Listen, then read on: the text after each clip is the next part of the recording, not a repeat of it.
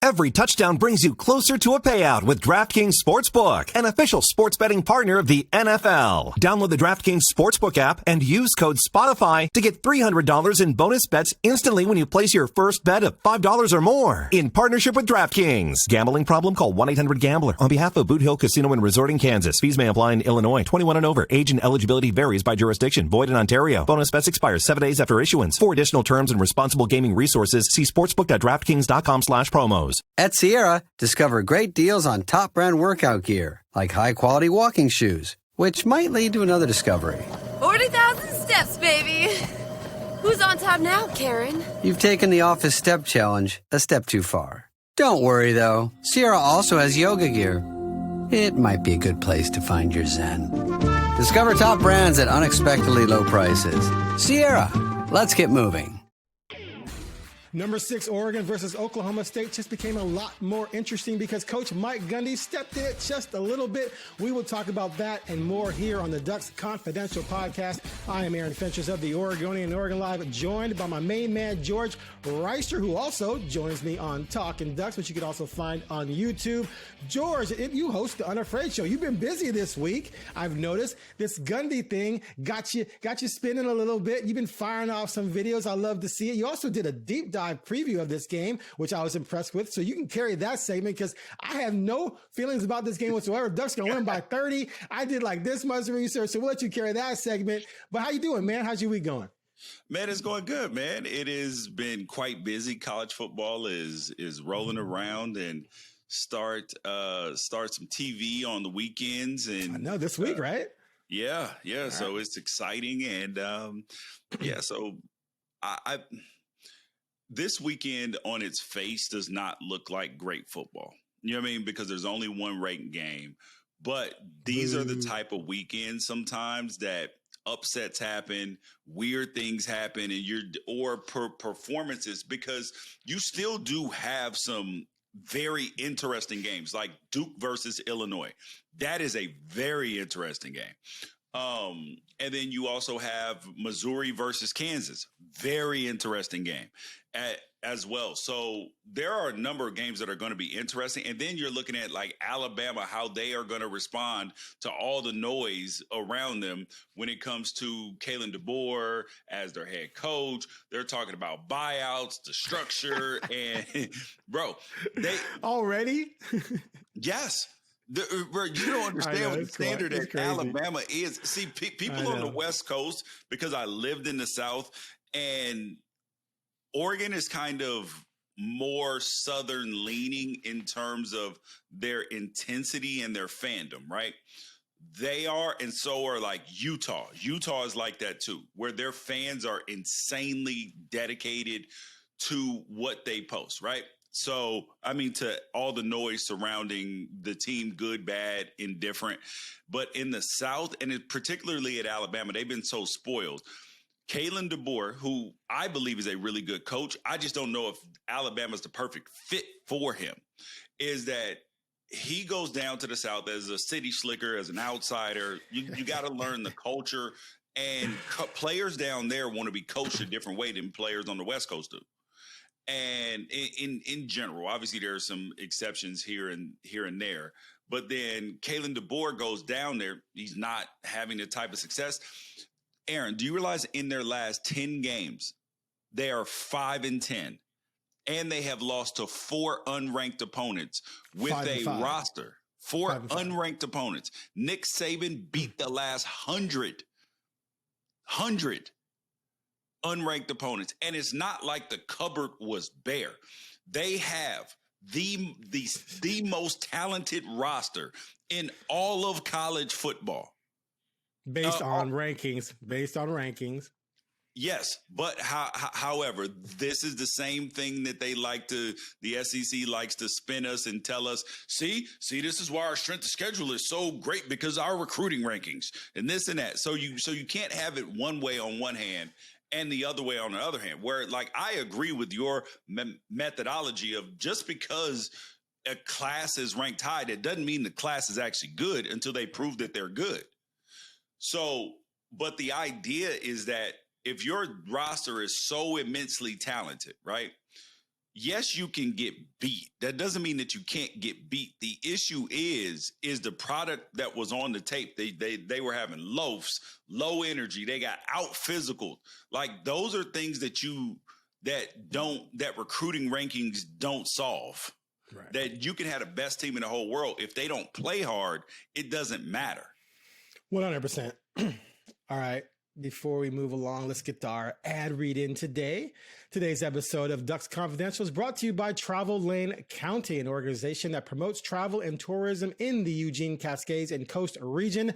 Ducks fans can find out more at www.eugenecascadescoast.org. All right, before we get to the Gundy situation, let's just talk about rankings real quick. Ducks moved up to number 5 in the coaches, number 6 in the AP. I think that's fair. I was a little surprised. Maybe they went to 5. I thought maybe they'd be 6 or 7 because the teams that lost ahead of them, most of them lost to teams that were behind Oregon, who were right behind Oregon. Like Miami did jump in one of the polls. But anyway, you cool with the rankings? Yeah. Yes. Not that it matters, but you cool? No, yeah, I'm fine with where Oregon is. My frustration, if I'm being completely honest with the rankings, is we let preseason rankings then impact. Right. The next thing. Impact the next rankings. So it's like Texas was number 1. Ohio State beat them. How do we know how good? I mean, if we're being honest, if you watch that game, neither one of those teams looks like the number 1 team in the nation. And I do understand that it's the first week and they're not going to be the same version of themselves 4 weeks from now. But we can't sit there. We can't honestly say, Aaron, did you watch that game? I was actually, I didn't realize it was early. I thought it was on the exact same time as Oregon. I was actually driving while that was on. I walked into the press box and boom, it was fourth quarter. I was like, whoa. So no, I did not watch the game. Yeah. So but I've seen the highlights and it looked bad. Yeah. It wasn't like neither one of those teams looked like the best team in college football. And then when you watch the Clemson LSU game, I looked at it and I went and watched the all 22. Clemson's offensive line and their coaching for their offensive line and their blocking schemes was absolutely awful. It was dog water. So now I'm like, I don't even know what to make of LSU because they struggled with this as well. So that's why we don't know. No one knows. Yes. Rankings are for entertainment purposes. Yeah, that's why when I do my rankings, I literally tear up everything from from the preseason rankings and start over. So I ended up with But isn't that an overreaction? Huh? Is that also an overreaction to 1 week? No, because that is all the data points that we have. So, and then after this weekend, I tear it up again and assess week 1 and week 2 as a combination to get the rankings again. And I base it on 3 criteria: schedule, play, quality wins, and dominance. So if you are, even if I think that the best team in the whole country is, like I can think the best team in the whole country and it's clear in my mind, but they've played, Missouri State, Utah Tech, and Montana State, they're not going to be number 1 in my rankings. Okay. It's just not going to happen until you actually, it is impossible to get to number 1 in my ranking unless you have played some opponents. So it would be impossible unless there was no circumstance that Oregon could have been ranked number 1 after last week in my poll. Zero possibility. 0 possibility for Georgia. 0 possibility for you get the point. Yeah. And so I came what's your top 5? What's your top 5? LSU. 1? Yep. Okay. Miami. Yeah. Ohio State. Okay. Penn State. Oregon. Then I had Georgia, FSU, Utah, Iowa State, and Tennessee. Okay. So I've always said this. The great thing about rankings is why, the AP poll has so many voters. Is it 60 something? I remember it used to be 63 something. Yeah. Is that you have 63 different value systems. How they see things, and then you put it all together. So that, we all see things differently. We all look at that, and that's what makes a poll great. All right.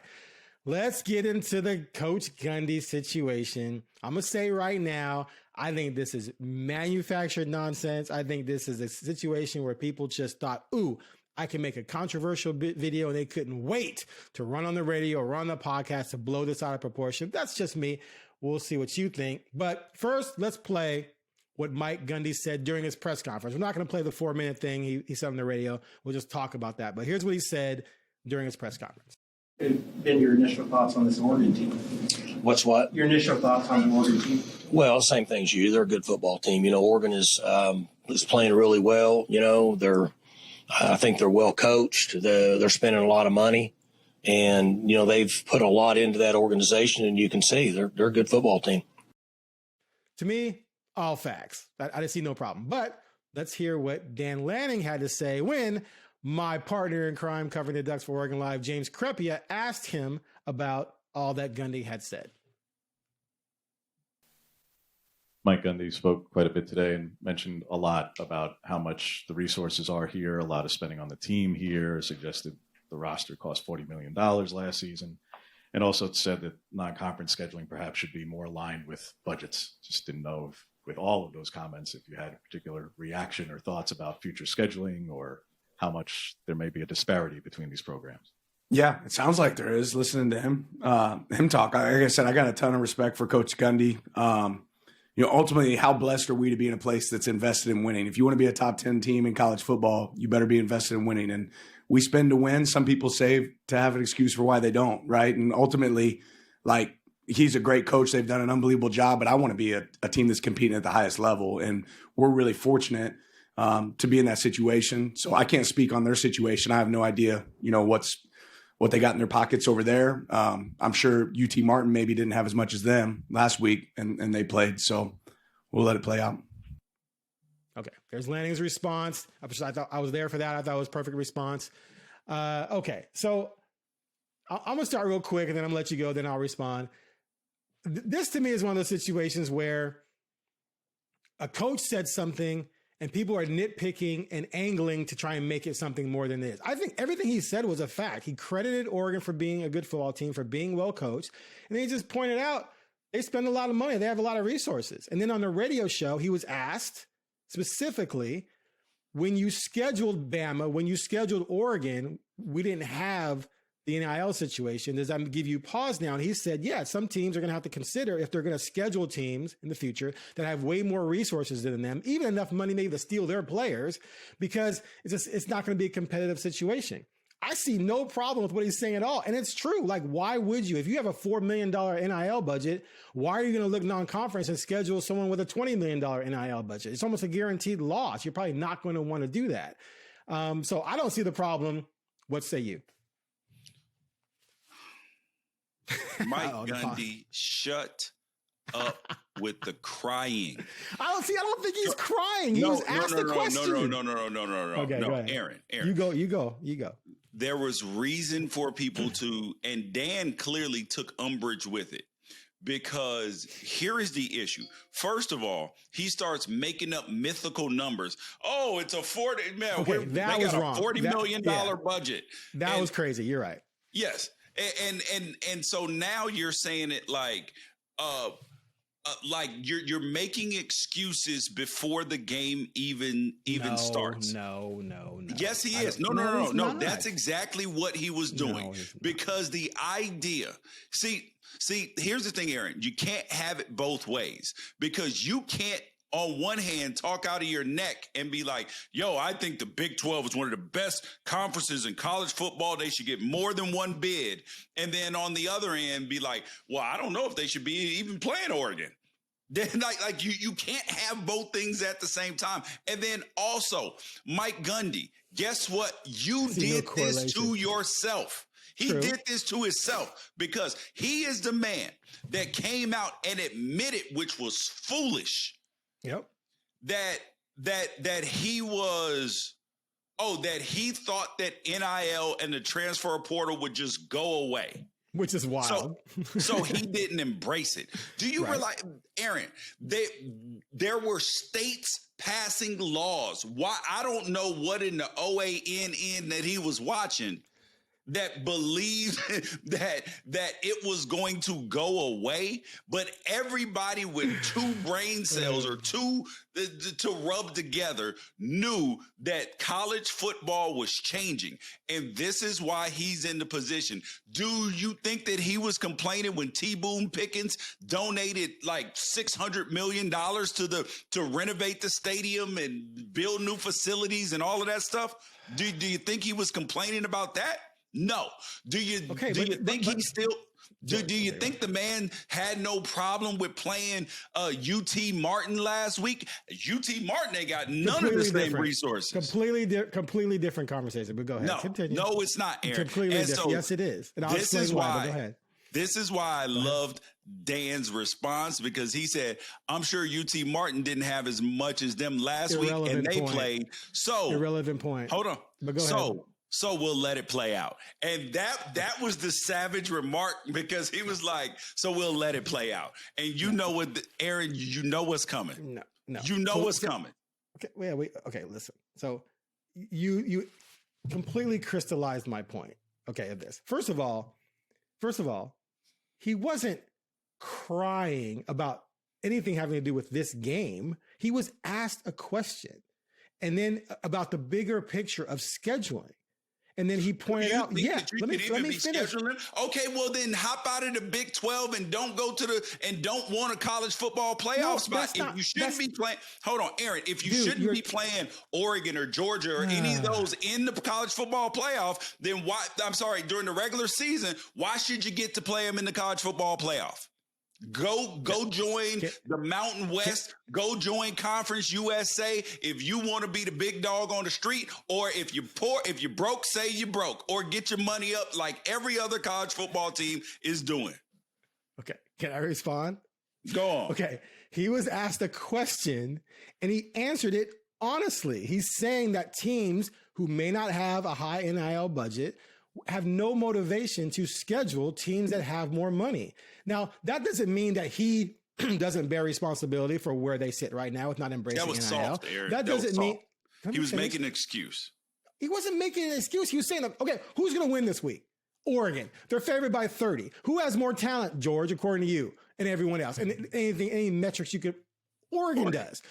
So what he's saying is a fact. He's not saying, "Oh, feel sorry for us." He was asked a question and answered it. So hold on. Okay. Let me finish. Dude, I let you finish. Do you think Tulane's head coach is gonna say that, or do you think that Tulane's head coach is gonna probably know that he's gonna be up against it? However, if we play, I guarantee you Tulane's head coach believed that if they play their best game and can get some things to go their way, that they can beat Oregon. I guarantee you he believes that in his soul. Mike Gundy, football has passed him by. It is time for him to go. You just keep making up strings to pull on this thing. Let me finish this time, okay? He was asked about the bigger picture of college football. Okay. And so what he's saying is that, teams who only have, a small budget, there's not going to be a motivation to schedule the teams that they know can spend more on talent, are going to pound them and maybe even stole their players. That's what he's asked about. So that everything he said is 100% true. Now, does that mean he shouldn't try and now get Oklahoma State on board and start spending more money? No, he has to do that. And I think he knows he has to do that. They just had like 60 transfers, right? Which is an insane amount. 60 He's new not players, get a chance most transfers.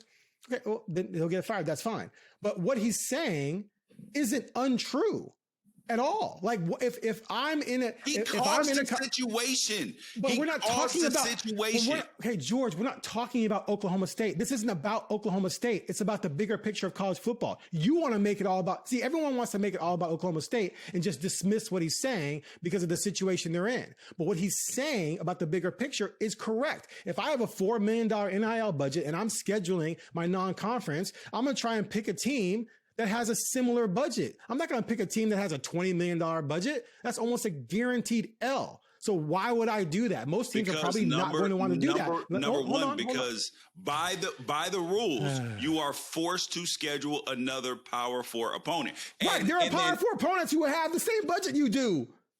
Aaron, That's what I just said. So okay. Here's the thing: Illinois doesn't have the same budget as Ohio State, but Illinois can beat Ohio State this season. Florida State does not have the same budget as Alabama. Not the point. No, hold on. Florida State does not have the same budget as Alabama. And what did Florida State do? Go out there and smack Alabama up. This is Arizona State doesn't have the same budget as most other schools, but you know what? If they get on that field, it's going to be a problem. It's just the truth, Aaron. Iowa State with Matt Campbell does not have the same budget as most schools. But you know what? They will go out there and they will tear the cover off your ass if you ain't play if you don't bring your A game. So I don't want to hear no Mike Gundy. Our NIL budget is different. It's your fault. That's not the point. That is the point. Because he's talking about his football team. He wasn't talking about larger college football. He was. Did you listen to the radio show? Yes, I listened to the whole clip. He was talking about the bigger picture of college football. He's pulling a Lane Kiffin right now. No, where he's like not. or like Mark Stoops over there at Kentucky. Oh, our NIL and this and this. Oh, but then you want to talk about, yes, the SEC, our recruiting and this and this and this. We put the most players in the NFL and this. Oh, so then why are you crying about it? So you can't want it's not crying to point it out. This is where like Lane Kiffin gets to crying all the time. Some of these and do you know who cries all the time? Coaches who don't win are coaches who cry all the time. You got Lincoln Riley crying about, oh my God, our schedule could be so tough. Let's not play Notre Dame. What? That way we can help us make what do you think about that one? Okay, again, you're taking you're doing what everyone's doing, and it's just the culture that we're in right now. You are nitpicking little things and then making it into a big deal. That's not what he was talking about. Number one, Aaron, this is college football. This is exactly what we do. This is the reason why people track planes because it's ridiculous. Okay, but that doesn't make it right. You think it's ridiculous. None of us think it's ridiculous. So, we understand because it is in our soul, in our DNA, and you are supposed to be, Aaron, you are supposed to be passionate and infuriated and mad and all this stuff about stuff like this when it comes to your team. You are supposed to be. And these rational minds and all of this stuff trying to find a way to. Okay, so at least you recognize that I'm being rational. Okay, you're being irrational. You just admitted you and everyone else are being irrational. I'm being irrational. I actually think we're the normal finish. I believe we're the normal ones. No, you're the usual ones because people are usually ridiculous and irrational. But let me hold on. There is a dude, you have to let me finish a fucking sentence. Jesus Christ. Oh, I broke Aaron. You didn't break me. You won't shut the hell up. Shut up. Look, that's the passion. That's the passion. That's not passion. This is a ridiculous conversation because you won't shut up. You keep saying the same things over and over again. So let me finish. Okay, go on. Now we gotta bleep that out. You don't have to bleep it out. It's YouTube. No, the Oregonian's going to have to bleep that out. Okay, so just listen. Okay. I don't disagree with you about Gundy messing up. He messed up. I don't disagree with you that teams like Oklahoma State are going to have to try and figure things out. But his bigger picture point is 100% on point.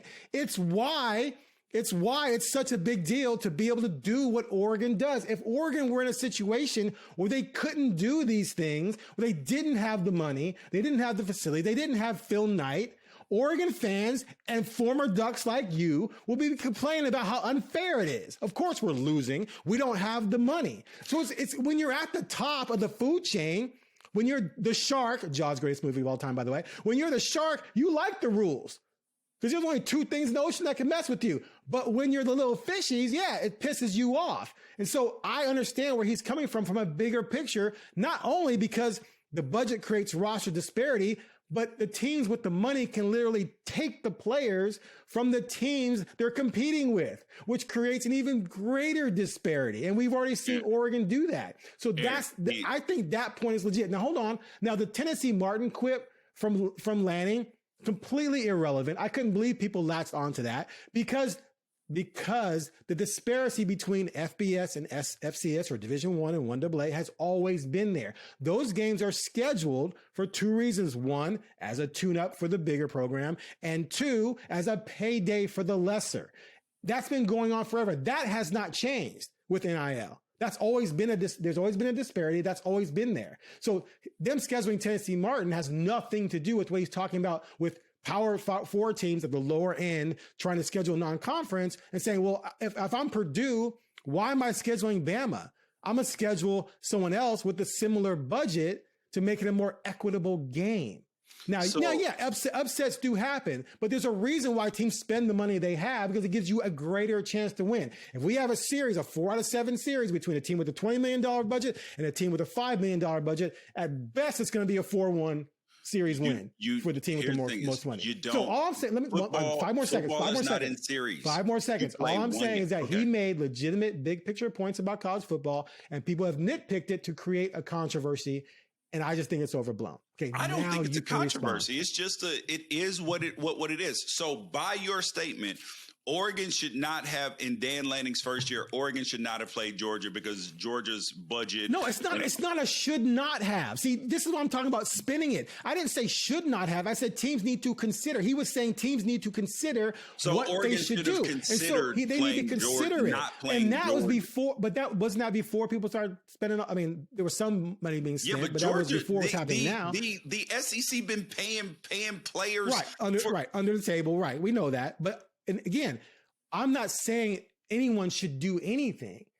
I'm saying that he's making a legit point for teams that have nots to not say, well, why am I going to play a team? I've said this 5 times now. So his point is legit. That doesn't mean everyone's going to follow it. That doesn't even mean he's going to follow it every time. Now go ahead. Here's the final point I'll make about this, Aaron, is that this is football and this is soft. This is because soft is buying. No, soft is going to a rival in your conference and taking their best player because you can buy him. That's soft. Develop your own players. No, recruit and develop your own talent. That's what coaches do. Legit coaches. Coaches, you just say, oh, I have holes to fill. Hey, back up the Brinks truck. Let's buy that guy, That's not strength. And football strength? That's financial strength. So the thing is, Aaron, there are plenty of kids, and I know this for a fact, who stay at schools for less money. It is about your culture, your ability to win, your development, and a lot of things in between. Okay. It is soft for you to... When you have the opportunity to change your own fortunes, to then complain about. He didn't complain. He pointed out the landscape. You keep saying complaining. Hold on. He created his own landscape. He's been the architect. He's been at Oklahoma State for over 15 years. He architected everything that goes on with this program. Because remember, as the head coach, because he won for a long time, you develop and you get so much power when you are a head coach. You are the highest paid state employee, a lot of times, all of this stuff. Now with him, no, because the Oklahoma coach is the highest paid state employee. But beyond that, you develop so much power. So anything that happens inside of your program, especially like if it falls apart like it has at Oklahoma State, it's your fault. If Dan Lanning 10 years, like if they keep up this trajectory and then 10 years from now, they just fall off a cliff, whose fault will it be? It'll be Dan Lanning's fault. So it is complaining about the landscape when you created the landscape is the issue. So that's the last thing I want to say about it. Okay. And once again, there's no need for a rebuttal. No, there is because you did it again. If Oklahoma State gets the NIL to spend 15, 20 million, his point still remains. Okay. Because he's still going to say, well, he understands why a team with a $4 million budget probably won't schedule him. His point is 100%. His point is 100% valid. Saying that he made some mistakes negates his point is ridiculous. It has nothing to do with each other. You're 100% right that Oklahoma State is in the position they're in because of mistakes he made not embracing NIL. That doesn't mean that his point is invalid. And now he would be a hypocrite if he gets his budget up to $15 million and then complains because a team with a $4 million budget won't play him. That would make him a hypocrite. But anyway, I knew you were going to be insane about this, and that's fine. You fit the college football. It's mode. Okay. I made you break character. That was worth everything. You can be loud and wrong. It's okay. It's okay. You were the one being loud. You kept interrupting me. Okay. You are the loud one. All right, real quickly. Go in the comments. Hey, y'all go. Do I expect Duck fans to take your side? Of course they will. I don't care. I've never listen. The more Duck fans attack me, the more I end up being right. It's been proven for 2 decades now, so I'm not even worried about that. They're going to take your side. That's one of the reasons why I selected you, because I want them to take your side so I can continually be right and rub it in your face and theirs. All right, moving on. Mekhi Hughes, real quick. So Dan Lanning was asked about Mekhi. Huh? Who? Did I say his name wrong? No, I'm joking. That was a bad joke. I apologize. Oh, I get it. Who? Because he's not playing? Yeah, I was just joking. It was 100% joke. So if his family is watching, see, George Wrighster, he can be found at 4799 18 West Avenue in Los Angeles. I made that not joke. It was completely a joke. All right. So Lanning was asked about the situation there. He said again, we got to figure out who's going to play each week. We got a deep back running back crew. And I asked, how did Mekhi handle his position, and he said he's just working hard, et cetera, et cetera. What say you?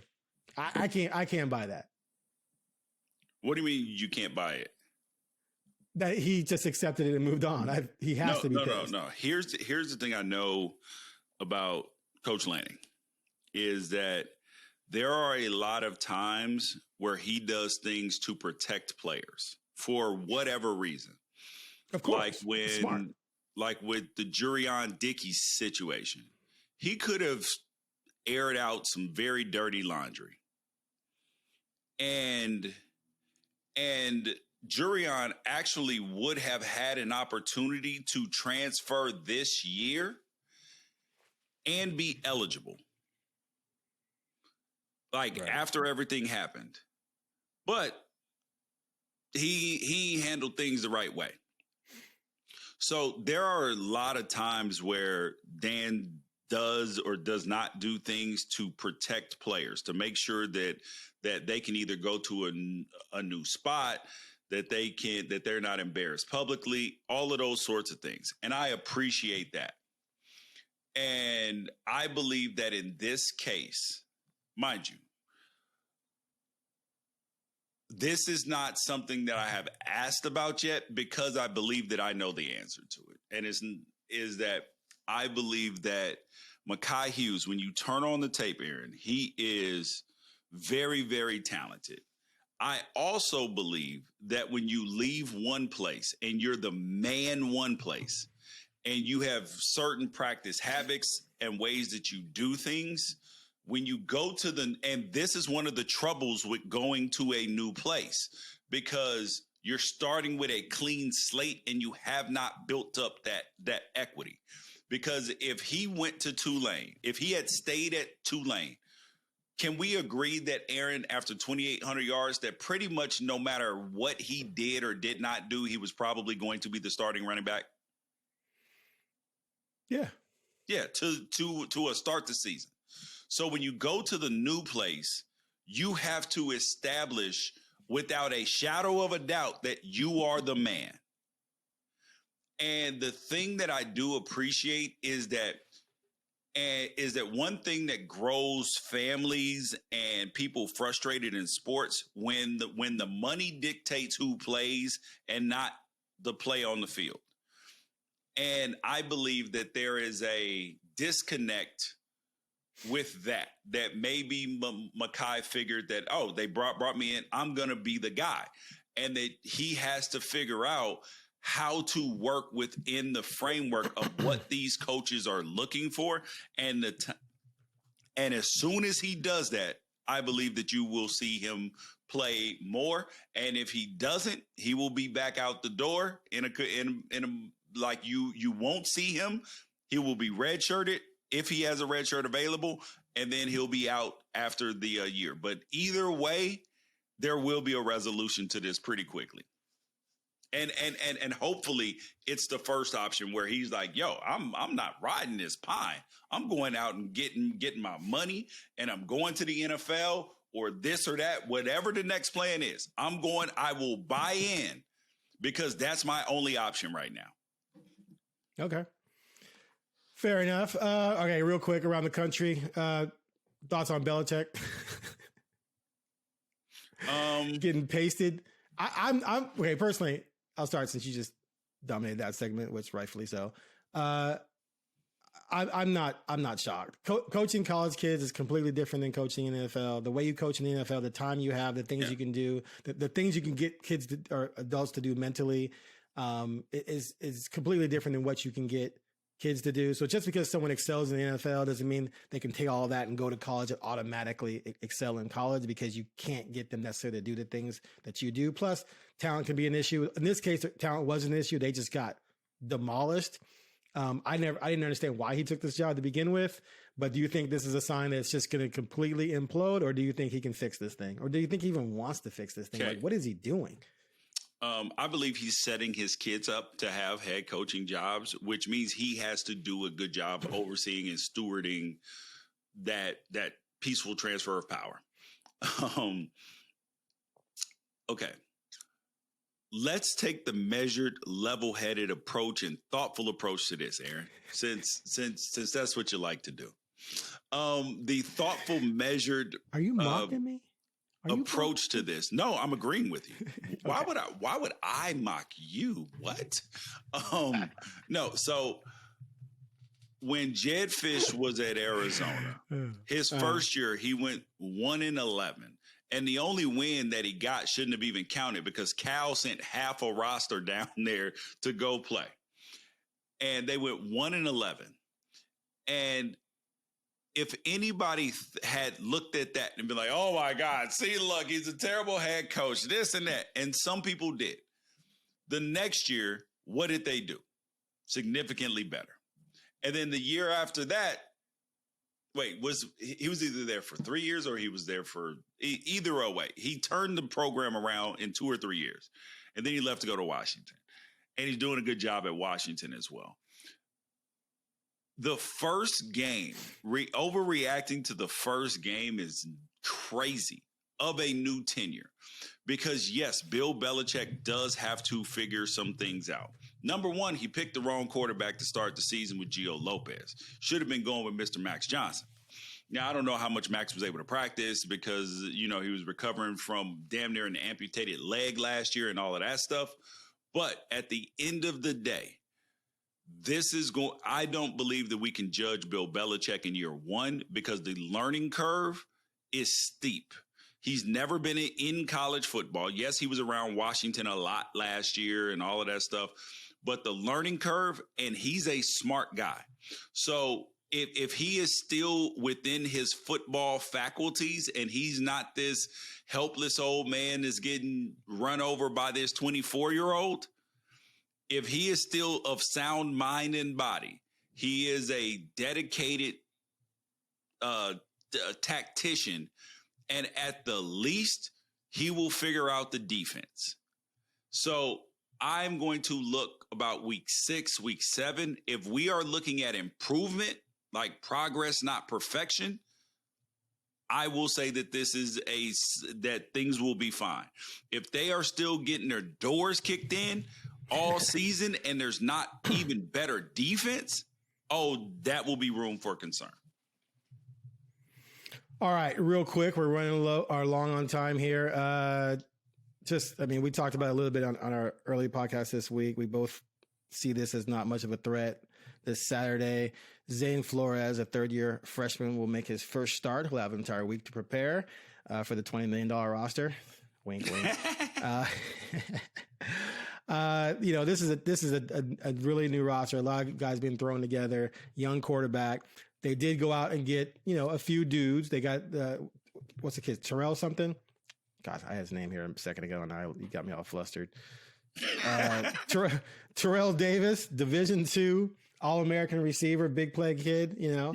He's a threat. Coach Lanning talked about how Oklahoma State likes to take shots, and they're going to try and spread you out, play fast, get one-on-one situations, attack.